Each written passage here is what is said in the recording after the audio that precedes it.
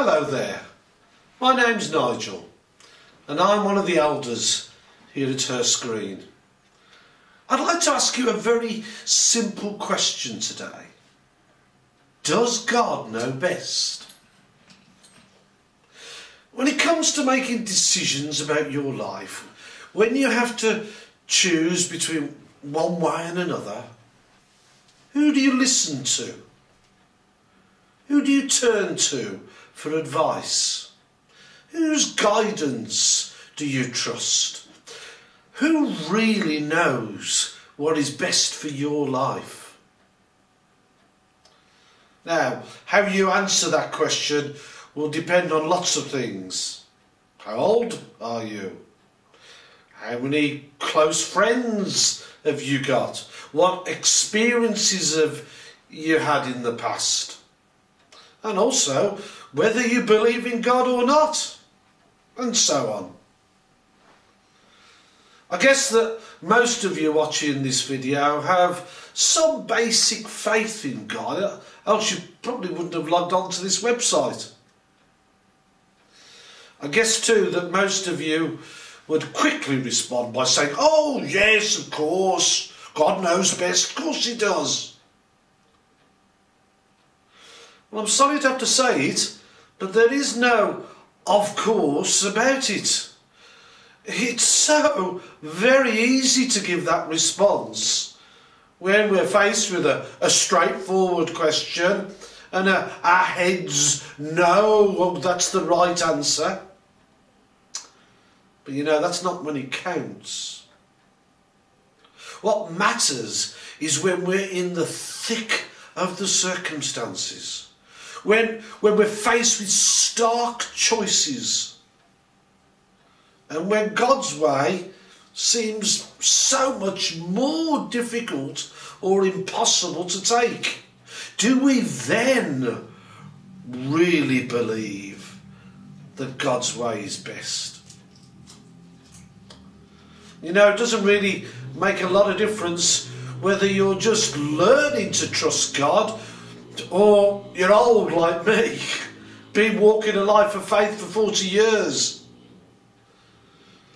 We're all prone at certain times in our lives to struggle to believe that God does know best and to go his way.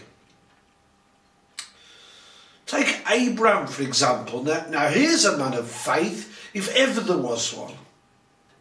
God called him to leave the home of his forefathers, to venture into total unknown, take his family, his belongings, basically to sell his land, his house, his car, his business, and hit the road.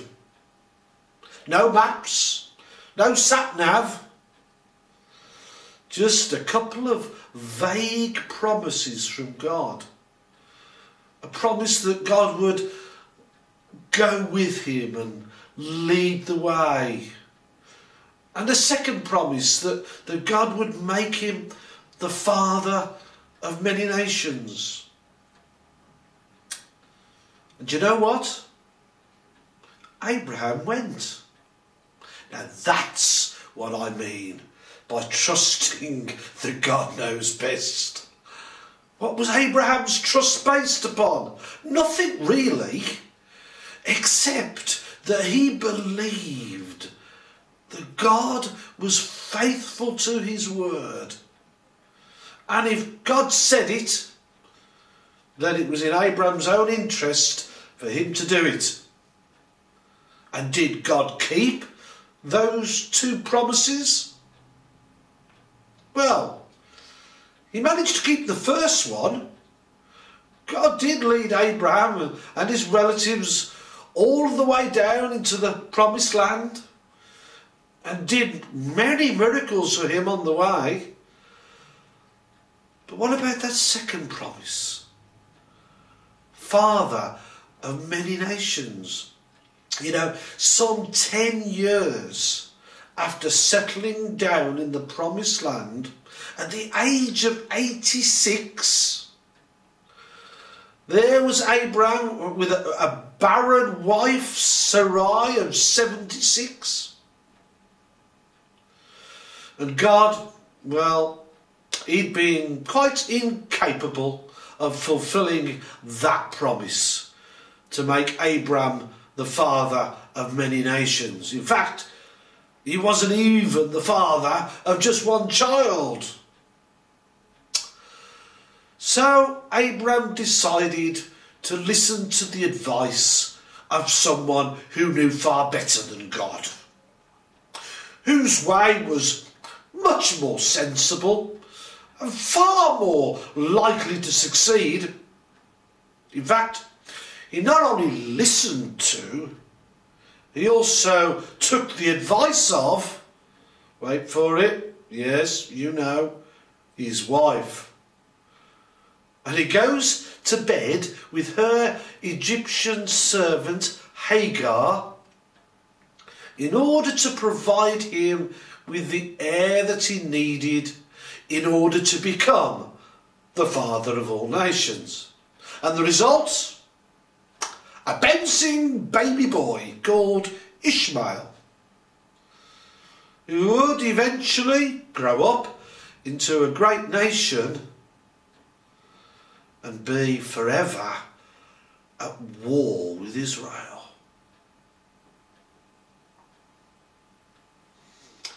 You know, it was some 13 years further on, when Sarai was now 90 and Abraham was knocking on the door of 100, that God renewed his covenant with him, changed his name to Abraham, his wife's name to Sarah, and she then conceived the true son of promise, Isaac. You know, many centuries later, Paul used this whole scenario as an example to the Christians in Galatia as to how it is so easy to become enslaved by what is not the best will of God for our lives.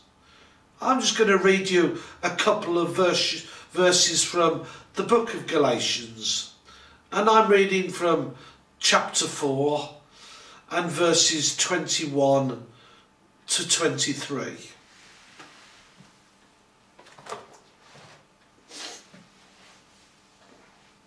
Tell me, you who want to live under the law, do you know what the law actually says? The scriptures say that Abraham had two sons, one from his slave wife and one from his freeborn wife. The son of the slave wife was born in a human attempt to bring about the fulfillment of God's promise. But the son of the freeborn's wife was born as God's own fulfillment of his promise.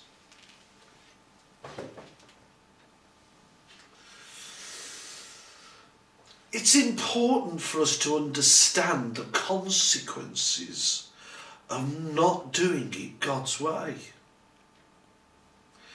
Even though Abraham had learned to trust God in so many other ways, when it came to this matter, he just gave up on God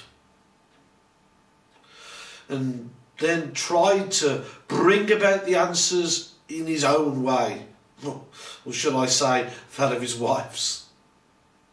The result was pretty devastating. Slavery, in fact.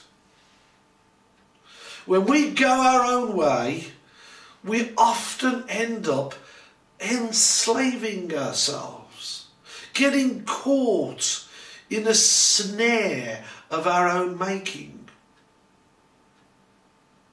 There is good news though.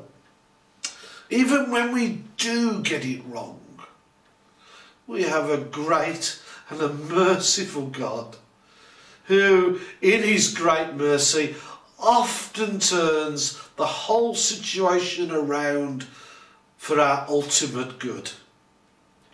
You know, just as Hagar and Ishmael were blessed by God, so the law was one of God's great blessings to Israel. However, the law was never God's very best. It's faith and promise and grace through an intimate and personal relationship with God. That's always been God's best. You know, it's a bit like Adam and Eve. You know, God's best was for them to live out the whole of their eternal lives in naked freedom, fellowship with one another, fellowship with God in an earthly paradise. But they too chose not to do it God's way, chose instead to gain knowledge and wisdom on their own. Look at the result of that. Ultimate separation from God, physical death. And yet, nevertheless, God has turned all that around for us through Christ. What I'm saying is quite simply this. God's way is always the best for your lives. However, on those occasions when, for whatever reason, you choose to go your own way, and that can often have devastating results, God, in his love and his mercy towards you, will often find a way of turning the situation around for your good. The truth of the matter is, we can go God's way, or we can choose other paths, some of which might seem far more sensible and safe, as well as keeping other people happy and liking us. You know, I could recount many stories of how my wife and I have had to make very difficult decisions over the last 40 years. And time after time we have proven that it's always best to go God's way, as hard as it may have been at the time. Like back, 1976 it was, when God called us to go to Bible college for 3 years. Do you know, we'd only just moved into our first house. We had a 9-month-old son. Our first daughter was on the way. I had a professional career in accountancy with just 2 more years to qualify. We were just beginning to live every couple's dream. Going to Bible college at that time, with no means of financial support, was, to anyone in their right mind, a ludicrous thing to do.